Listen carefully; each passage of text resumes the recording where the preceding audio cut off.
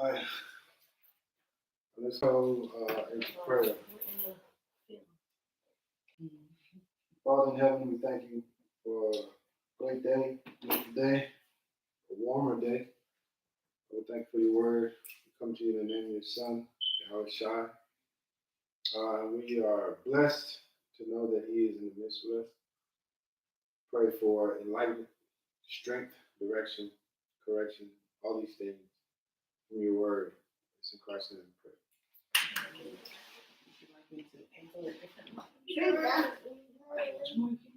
Let me get right there, Dad.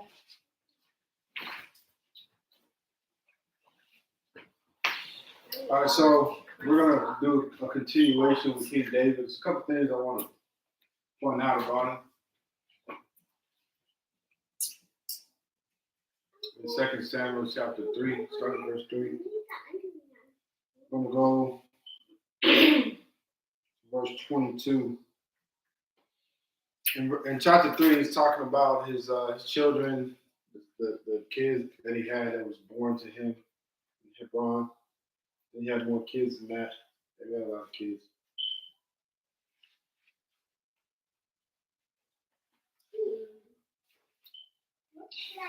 But I want to start at verse 22.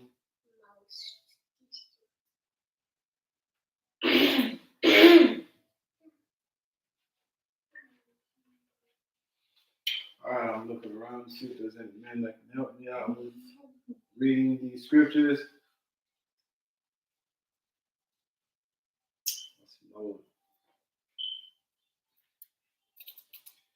How many genders can be king?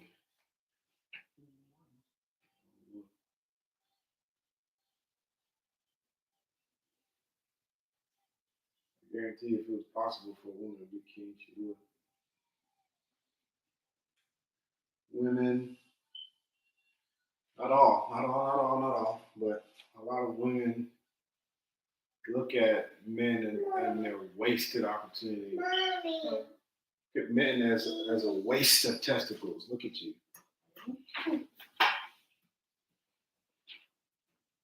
How often we let them down.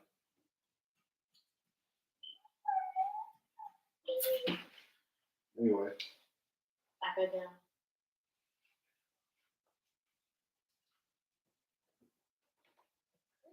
I know there's a lot of women I can think of that would make better men than some of the men that I know. I say that with a hairy chest.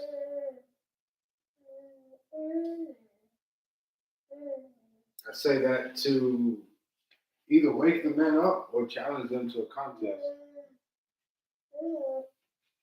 Either or, I'll be satisfied with either or. The men are sleeping.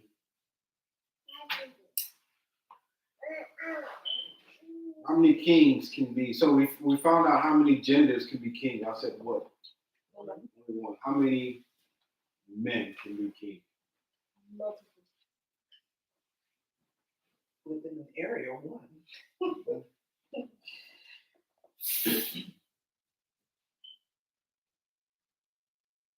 Only one. For every kingdom, there can be exactly how many kings? One king. So I'm saying that to say that the king is different than all the other men. It's different. That's what we're going to touch on here. It's different.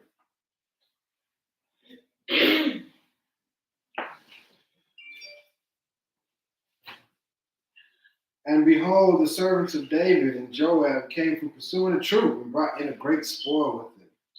But Abner was not with David in Hebron. We had sent him away, and he was gone in peace. When Joab and all the host that was with him were come, they told Joab, saying, Abner, the son of Ner, came to the king, and he had sent him away, and he is gone in peace.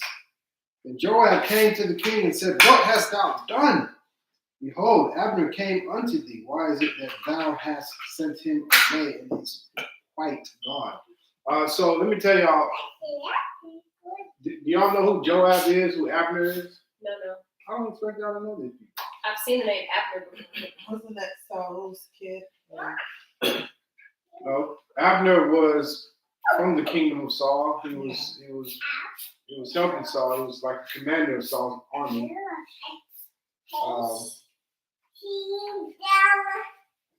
When you say one king per kingdom, what would be considered a kingdom? Because Whatever like now the- we that have rule. different. We Whatever don't have a the king in America, but different countries. whatever the domain of the domain, the DOM that you see, the king dominates whatever he dominates. That's what I'm saying. So like, let's just say here, and God just created a kingdom and said he's a king.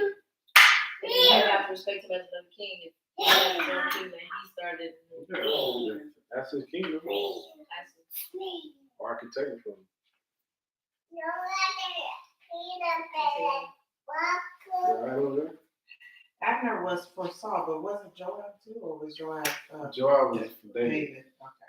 Okay. Weren't they the equivalent? Similar, yeah. They're both commanders, generals. Yeah. All right. So, Victoria, you caught up? Because it seemed like you were thinking about something else. I think it's making food,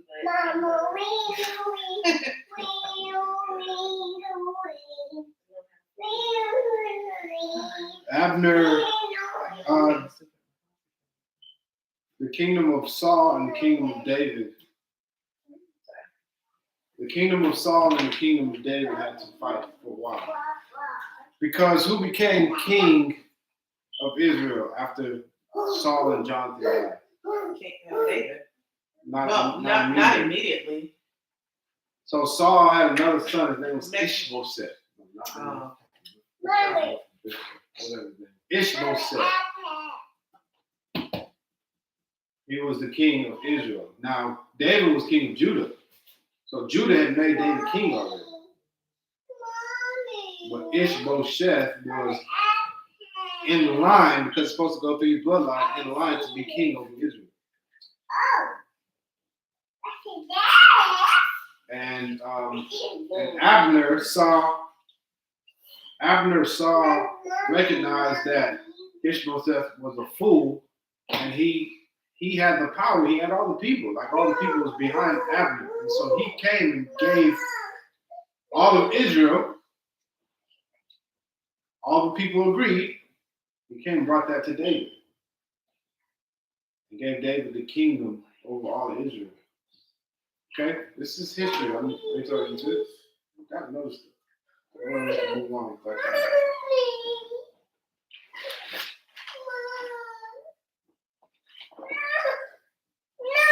Don't pick on me just because you have two people at your Bible study. This happens every Sunday. Every Sunday. I'm over here holding. You better stop. I'm over here holding women accountable. Yeah, and I'm trying to nurse your child. It's not good. It's being complicated. I would say no. It's not just you. This is a real problem. I know. Obviously, the people are excused, but I expect to see men. It's not good. The scriptures were written to men.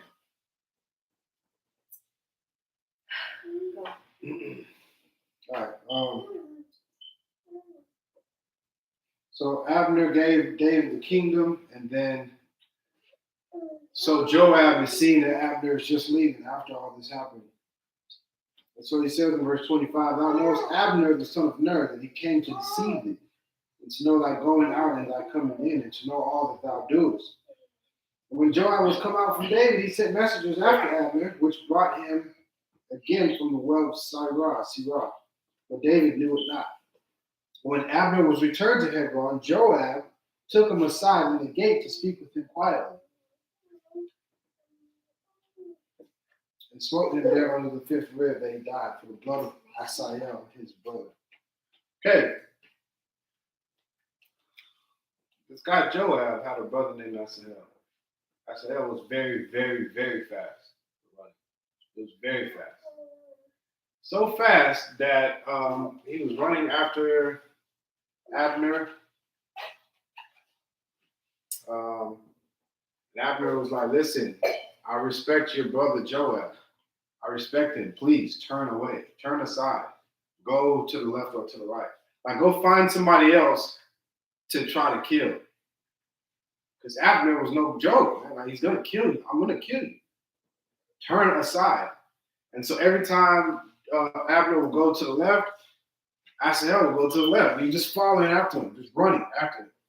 And he just wouldn't leave him alone, man. I'm not gonna let you kill me. I told you that. Oh no. I respect your brother, Joab, and this is not what I want for us. But he wouldn't. And so Abner hit him under the fifth rib, and he died. And so Joab, which is his brother, now is this a personal vendetta, or is this about the kingdom of David? Personal. It's personal. Dead because his brother. And then he did the same thing. Hit him under that fifth rib. Did he kill him? Now there's an honor. This stuff I try to tell Victoria about is that there's an honor amongst men that's supposed to be. And if I'm going to challenge another man that's worthy of a challenge with me, I won't do anything sneakily. I won't do it. You see how they were fighting.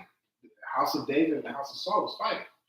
And Abner still had respect unto Joab. Like, listen, man, I'm not going to kill you because you're Joab's brother. There's an honor system and an honor code. If you break that honor system or that honor code, you deserve the worst type of death. I'm telling you right now. So there's some things that I tell Victoria about. She questions me about some things. Yes. At times she perceives that my life may be in danger, and I tell her, listen, there's things that won't happen because of X, Y, Z. Now, is it possible for someone to say, I don't care about those codes, go outside of that code and then get at me? That's possible. Yeah, the same way that there's that people you know are snitches. It's possible. That's cool. They still do it. It's possible. It is possible. For you to hold someone at this esteem and then for them to go under that esteem to do something dirty.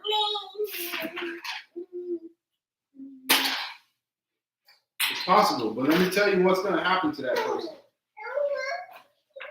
That person is going to get cursed. Their children will be cursed.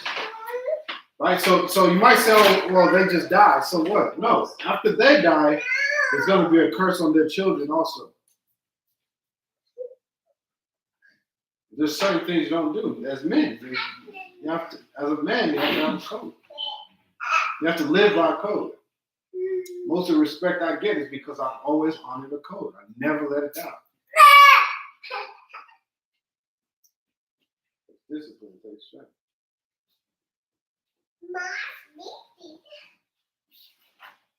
And he did. He dishonored the code because he was in the spirit. Verse 28. And after when David heard it, he said, I and my kingdom are guiltless before the Lord forever from the blood of Abner, the son of Ner. Let it rest on the head of Joab and on all his father's house. This is the curse. Now let there not fail from the house of Joab one that hath an issue, or that is a leper, or that leaneth on a staff, or that falleth on the sword, or that lacketh bread. So Joab and Abishai, his brother, slew Abner, because he had slain their brother Asahel at Gibeon in the battle. And David said to Joab and to all the people that were with him, rend your clothes and gird you with sackcloth and mourn before Abner. And King David himself followed the bier. And they buried Abner in Hebron. And the king lifted up his voice and wept at the grave of Abner. All the people wept. And the king lamented over Abner and said, died Abner as a fool died? You hear that? This great man. This is I have maybe one or two people. One or two. That if I die as a fool die, they will avenge my death. Man, I'm talking about. I have one, maybe two people. Definitely one. Maybe two. And if I fall as a commoner, they will avenge my death fully and quickly. And listen, man, there's a reason to have honor in this life because it's gonna benefit your children. I know it seems like I just talk noise, like I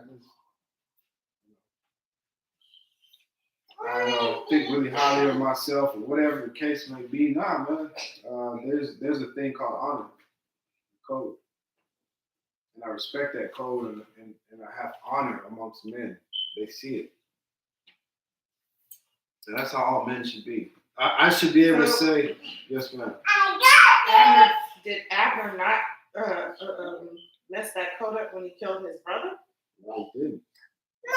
Or He told him, get away from me. Tell him, I'm not gonna let him kill me. I'm not gonna let while you're following me. I'm not gonna let you kill me. I'm telling you, get away from me. Get away.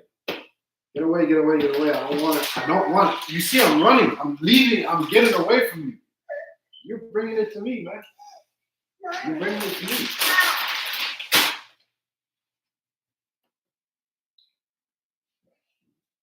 I'm supposed to let you kill me just because I love your brother or I respect your brother. I honor your brother. But guess what happens? If you kill somebody and they have somebody that loves them, it's hard for them to say, okay, I understand. They usually want to kill you too. They want to kill you, man. My family member is no longer here because of what you did. I don't care how you feel about it. I'm gonna come take your life. so then why is Joab in the wrong? Joab's still in the wrong because that's not you don't kill someone. First of all, you don't kill someone out of rank. Ask David, hey, this is a situation that happened. I feel like I need to kill him. Then you can have a battle. Maybe you can do something like that. You can both battle it out and whoever wins wins. The way in which he did it. It's all of this has to do with manliness and understanding how things are supposed to go. This is a great man. So a great man is supposed to die in battle. If a man is great and he's gonna die anyway, a great man should either die old age, bless his children and his children's children, see all his grandkids, or die on the battlefield. I'm okay with both of those. Perfect. It's perfect. That's how a great man should die. Great man shouldn't die when somebody says, hey, let me holler at you real quick. Great man is dishonorable. Now, I've told you that kings are different. That's why if you're going to see the mindset of this king, a king is different from the rest of men. They uphold these things. That's why David got in so much trouble when he did something that was despicable. After the king thinks to do something. Kind of cool because I watched the show called Outlander and it kind of like paints the picture to be the same way. Absolutely. He said, God, Abner as a fool died, verse 34. Thy hands were not bound, nor thy feet put into fetters. As a man falleth before wicked men, so fallest thou. He's saying, wow, you weren't even bound in hand and foot to where you couldn't fight or you know. You die like how wicked men die, and you're not wicked. You're a righteous man. You're a man of honor and code. You're a man of respect. And you die like just a regular peasant.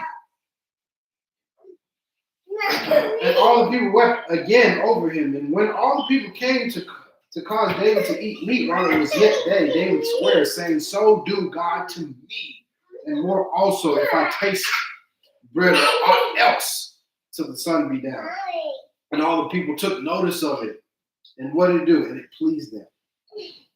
As whatsoever the king did pleased all of the people. You see, that's a king that's different. That's why there's no kings in Israel. There's no kings right now in Judah because these men all want to be the exact same. And they're searching for fame and they're searching for money and they're so thirsty for attention and they're weak morally. People are horrible, man. They can't hold a candle to this guy. They don't want to show up for duties. They complain. They're weak. That's why there's no king. That's why we can look at Esau and look at these other nations and say, oh no, please don't. Oh no, please, like I say to my daughters. Oh no, please. Oh no, no, oh no, please. There's no king. You can only be strong if you have a king. Right? You can only be strong, and who's the king? The king. Oh no, no, please. There you go. Oh no, oh no. That's how we are. These other people don't have a king. What do the people say? Give us a king so that we can go out and come in. They're saying, let us be strong as a people. They failed to recognize that God was their king. So they replaced God as their king with Saul, and then God said, these are my people. I need a good shepherd, a real shepherd. So he brought David. There are no shepherds out here, man. I'm looking at all these hirelings, these so-called pastors. Those are supposed to be our shepherds. They just want to steal money and hide. They don't love the people. They don't lay down their lives for the people. Actors. You know what they do? They wait till somebody can see them and then they start acting humble. You know what they do when they're at home with their wives? They say, honey, we just got to do something for the people. And they keep thinking about it. That's all they do. They just say it at home and they think about it. They don't do anything. Weak. You understand me? They want to wear their suits and go out and look nice. And make sure that their breath smells pepperminty. All these pastors in their breath smell so good. Didn't you have an issue with Martin Luther King? Yeah. Dr. Martin King, of course. But at least he went out and did something. He did something. I can salute him for that, but he was wrong. He led them out into battle and they got killed. What? They didn't kill anybody. That's part of the problem with these leaders, these so-called black leaders. They're not killing anybody. They're just getting killed. Biblically, what is that? Come on now. Biblically, that's not how it goes. You go out and you're going to make a change and get regain something for Israel without killing anybody? Are you serious?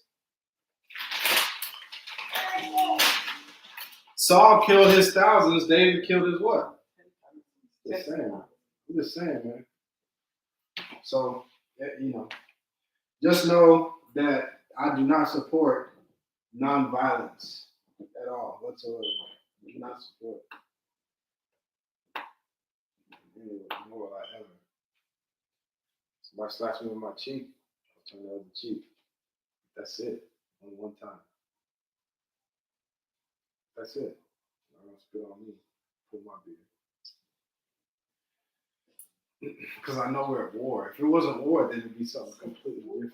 We're at war. This is war. All right, so all the people took notice of it, and it pleased them as whatsoever the king did pleased all the people. For all the people in all Israel understood that day that it was not of the king to slay Abner, the son of Ner. And the king said unto his servants, know ye not that there is a prince and a great man following this day in Israel? You hear that? Know ye not that there is a prince and a great man following this day in Israel? This is what I'm talking about, man. There's no honor system. There's no honor code.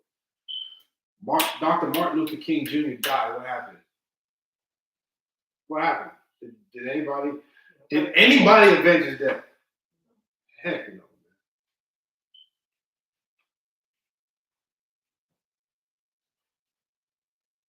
He wouldn't have made a good king because he's too caught up in this,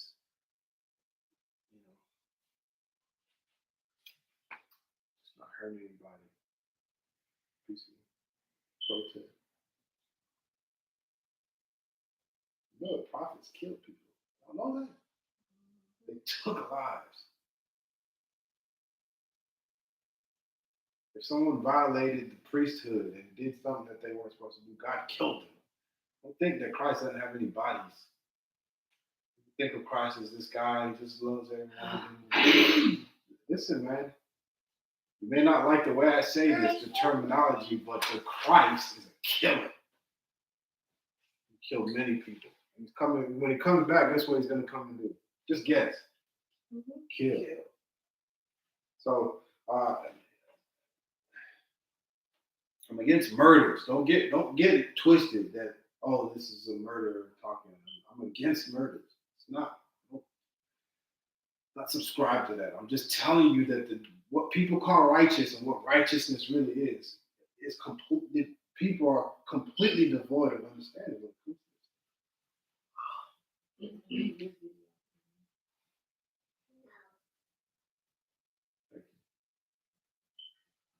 is. We're talking about kings. We can't talk about kings without talking about this stuff. We can't do it. People love to be, they would love to be able to put a crown on and to go around in the Rolls Royce and to have weddings. Yeah, people love that. But this stuff, they're trying to avoid all this. And the king, verse 38, and the king said unto his servants, know ye not that there is a prince of a great man following this day in Israel. I am this day weak, the anointed king. And these men, the sons of Zeruiah, be too hard for me. The Lord shall reward the doer of evil according to his wickedness. All right, so now I want to go to chapter 4 also. I'm going to see more. Let's see more. So starting verse 1. And when Saul's, that was for Abner, this is for somebody else. And when Saul's son heard that Abner was dead in Hebron, I'm just saying Hebron. His hands were feeble, and all the Israelites were troubled. Saul's son needed Abner. You understand that? And Saul's son had 2 men that were captains of bands. The name of the one was Baanah, and the name of the other Rechab, or Rechab. The sons of Rimmon of Beerothite. Of the children of Benjamin, for Beeroth also was reckoned to Benjamin, and the Beerothites fled to Gittaim, and were sojourners there until this day. So not really family, but they belong to that troop. Where you 2 Samuel chapter 4. So we're going through 4. Verse 4. And Jonathan, Saul's son, had a son that was lame of his feet. He was 5 years old when the tidings came of Saul and Jonathan out of Jezreel. And his nurse took him up and fled. And it came to pass that she made haste to flee, that he fell and became lame. And his name was Mephibosheth. That's what Vernon was talking about. Mephibosheth. Okay, so whose son is Mephibosheth? Jonathan's son. So after Jonathan died, his nurse, the woman that was taking care of him, tried to run and flee because there was a whole war going on. So she's trying to get away. And upon her getting away, she dropped him. She dropped him and paralyzed him, right? You get that? Probably paralyzed him from the waist down. Spinal injury, more than likely, right? All right. Became lame, and his name was Mephibosheth. Verse 5. And the sons of Rimmon, the Beerothite, Rechab and Baanah, went and came about the heat of the day to the house of Ishbosheth, who lay on a bed at noon. Just chilling. He's king, so he lay down at 12 o'clock. No more people are laying down at 12. And they came thither into the midst of the house as though they would have fetched wheat, and they smote him under the 5th rib. Rechab and Baanah, his brother, escaped. But when they came into the house, he lay on his bed in his bedchamber, and they smote him and slew him and beheaded him, and took his head and gat them away through the plain all night. And they brought the head of Ishbosheth unto David to Hebron, and said to the king, Behold, the head of Ishbosheth, the son of Saul, thine enemy which sought thy life. And the Lord hath avenged my lord the king this day of Saul and of his seed. Foolish man these are. Who did they belong to? They belong to him. Can't do that. A man of honor can't watch you betray your own master, your own Lord, your own king, your own whatever. He's gonna take you up. And then bring that betrayal to another man of honor. You can't do that. You can't do it. It'll never go well. But what are they thinking? They're thinking there's some weakness in David. The only person that's going to accept something like that kind of a token, is a weak person. Because they know they have too many holes in them. And anything helps. And they'll think, well, they want to serve me because they think I'm better than that other guy. So yeah, that's the only reason they did this. David had no holes.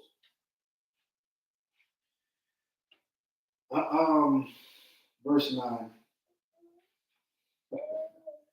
And David answered Rechab and Baanah his brother, the sons of Rimmon, the Jerathite, and said unto them, as the Lord liveth, who hath redeemed my soul out of all adversity, when one told me, saying, behold, Saul is dead. Thinking to have brought good tidings, I took hold of him and slew him in Ziklag. Who thought that I would have given him a reward for his tidings? How much more when wicked men have slain a righteous person in his own house upon his bed? Shall I not therefore now require his blood of your hand? Take you away from the earth? Kings talk different also. Thank you. And David commanded his young men, and they slew them and cut off their hands and hanged them up over the pool. They took the head of Ishbosheth and buried it in the sepulchre of Abner. Okay, Mom.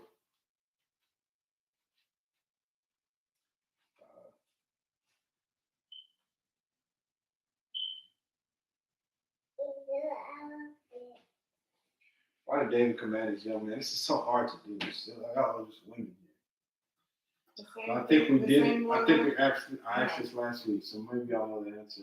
Because that's their level, and for them to experience killing. Now, one thing I tell men, I said, men die, man. Men die. That's one of my favorite messages to tell men. Men, listen to me. Men die. I can tell y'all that too, so that y'all can get used to it. Men die. That's what we do. That's what we do. Men die. What Adam chose to do, promised that all men will die. Men die. I don't like that. Men die. I've only known mostly women die. That's probably the reason why you're so attracted to me. Because you know that men die. You don't know how much time you have with this man. That's how it should feel.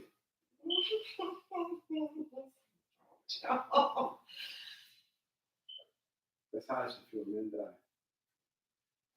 I'm not talking about disease. Disease kills all. Without the curses, men die. Okay, but the men that don't die first, they kill.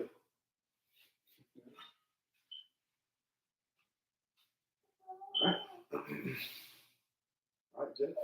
Should be watching this. Men die, but the men that don't die first, or second, or third, or fourth, or fifth, they kill.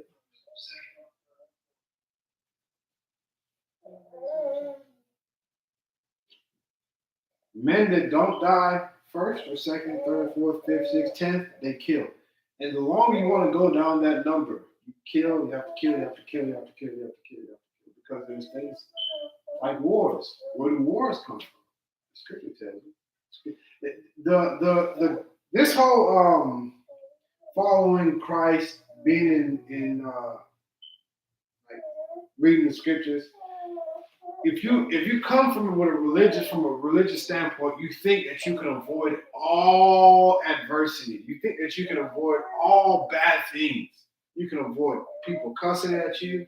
You think you can avoid things at work. You think you can avoid getting a flat tire. You just think that you can avoid everything because they teach you trust God, believe God, none of this stuff's going to happen. But all through the scripture, you see wars, you see betrayals, You see, the most righteous of all of us, the Christ, was betrayed and locked up. He went to the penitentiary. He went to prison. He went to jail. He was forgotten by all his friends, for the most part. So, not this. You don't run to this to have a perfect life. Ain't no perfect life. You run to this to make meaning out of life that doesn't make sense. Life doesn't make sense. If you don't, I don't understand how. This is the reason why philosophers are so popular. Is because they try to give you a meaning for life, and life is meaningless without a connection with the Most High. You can't even understand it. What is all this about? This doesn't make sense.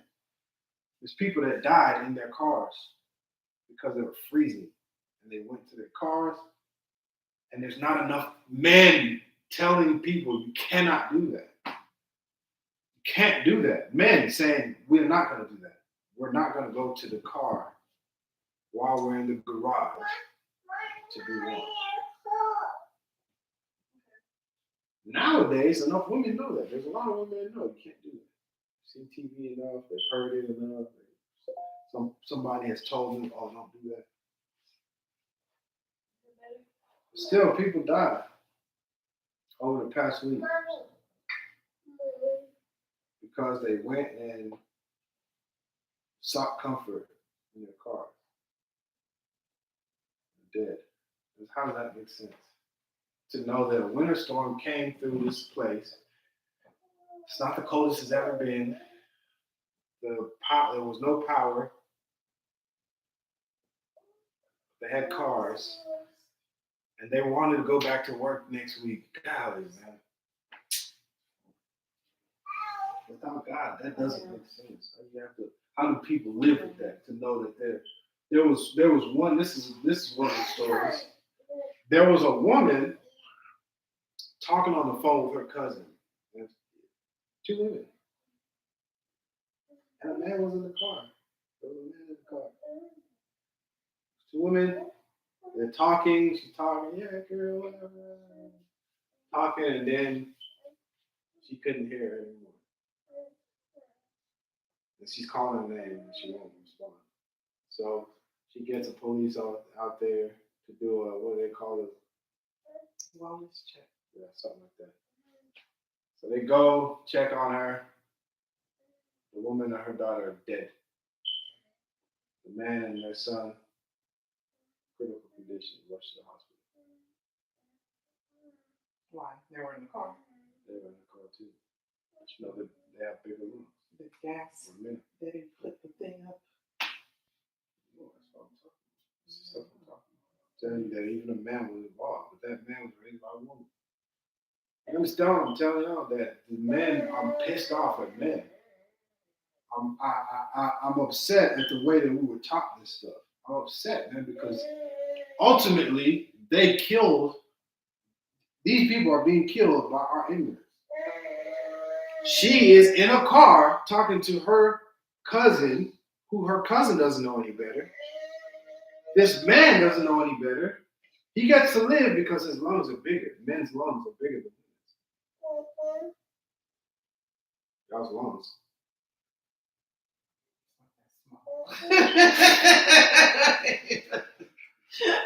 Those lungs are so tiny. Dead. And now he gets to live with the fact that he killed her. He killed her.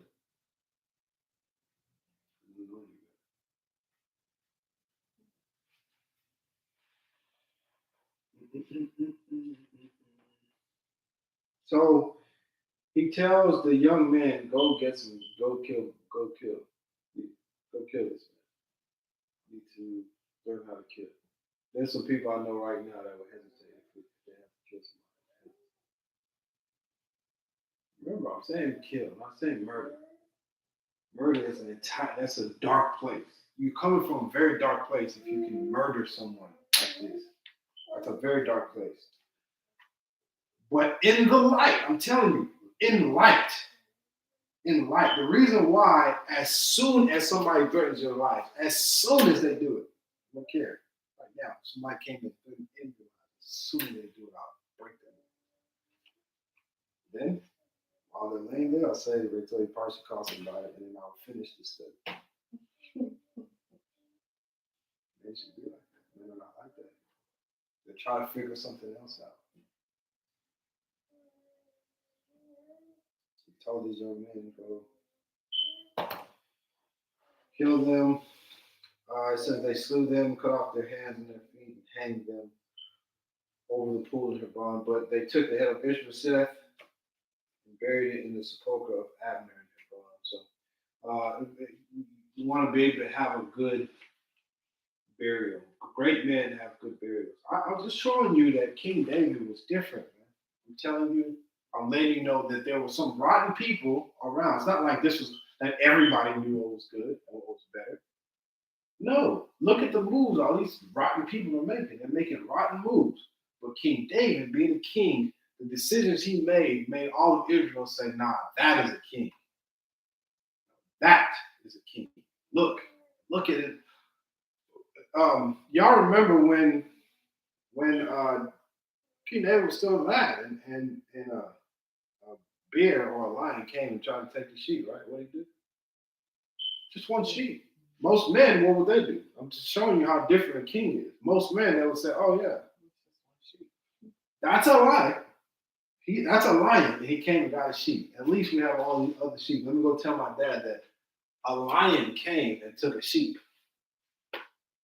What is his dad going to say? Oh, wow, well, I'm glad you're okay. But whatever. No, David went and chased after the lion, got the lion, killed the lion, and took the sheep back. Didn't think twice about it. He's different.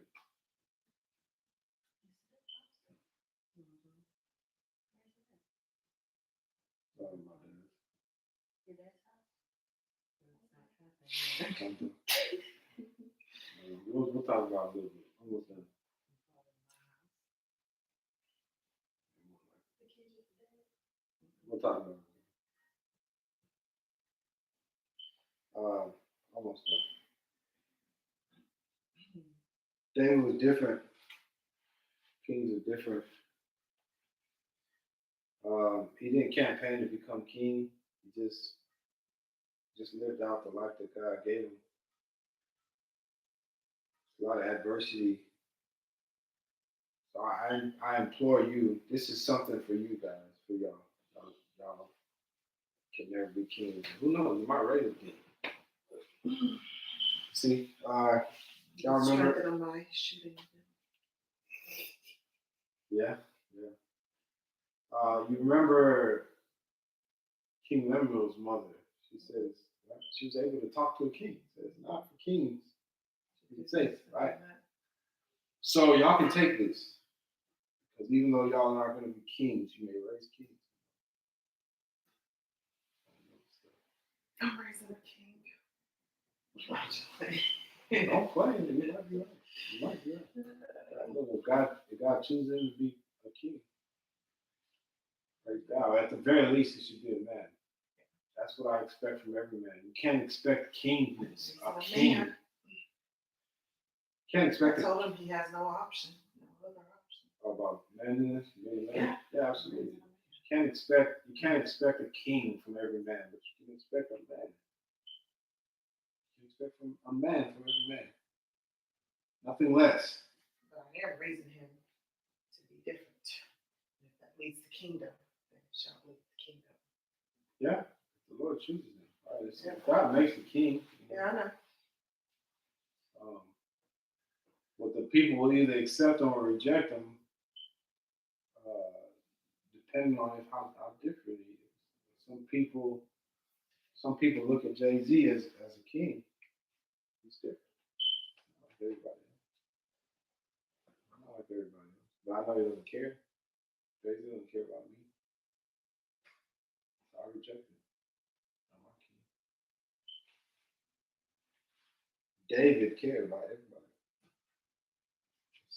Everybody cared about them until they wronged the Most High God. When they wrong the Most High God, you gotta go.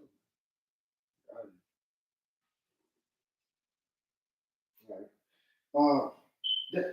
We're going to talk more about David than many of the other kings because he's the best. He's just the the best. He was the best king. You'll see like his righteous deeds and his righteous acts, and righteousness exalts a nation. So the nation of Israel was doing so well because he was the head of that nation. And he was righteous. He made sure that righteousness prevailed. So as this kingdom is being built up, I hope, man, whoever the Lord will choose, man. But at least there's a bigger pool of men. If all men are being different, all men are being strong, all men are sticking to a code and some kind of honor. Men got to stick to something, man. I'm not going to waste my frustration on them. It's sad, man. They don't love God, they don't love themselves, they don't love their kids. Waste of flesh. All right, cool. We'll stop there. God has been good to us. I'm going to keep praying for Mom. I hope that she made it to Port Harcourt. No, she has. She made it? Yeah. Okay, good. And they've been picked up. So God has already smooched. Well, she was on her way there when I was on my way here. So depending on how far they were. Yes. It's good. They're not wearing jackets. No, they're not. I'm trying to see if he's said something. No jackets in River State. All right, cool. We'll do that. I think we're done. Pray this thing out. I do want to tell you I appreciate you, ladies. I appreciate you. Most of the time, motivation for men is women. So if you continue to hold men to a standard, maybe they'll be motivated to be men. It's possible, right? It's worth a try. Maybe I need to go buy some candy and some toys and tell the man, hey, there's toys here, candy, free Kool-Aid. Maybe that'll be interesting.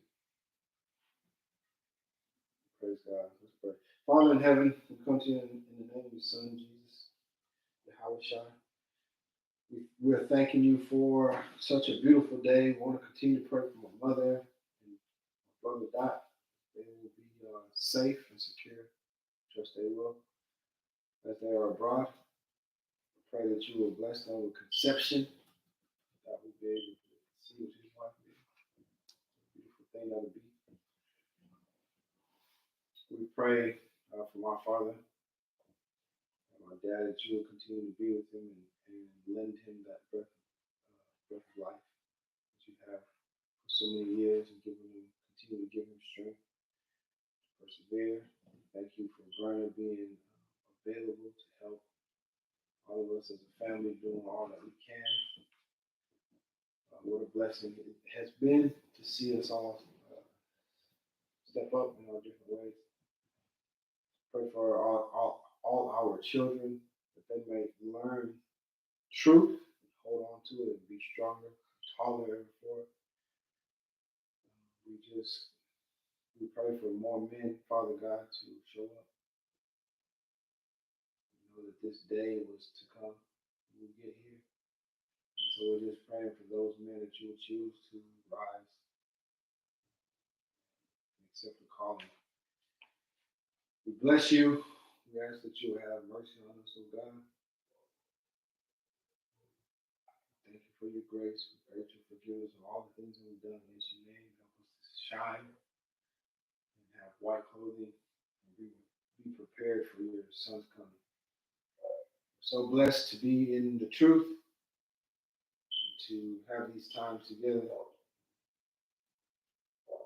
just pray all these things in your son's name.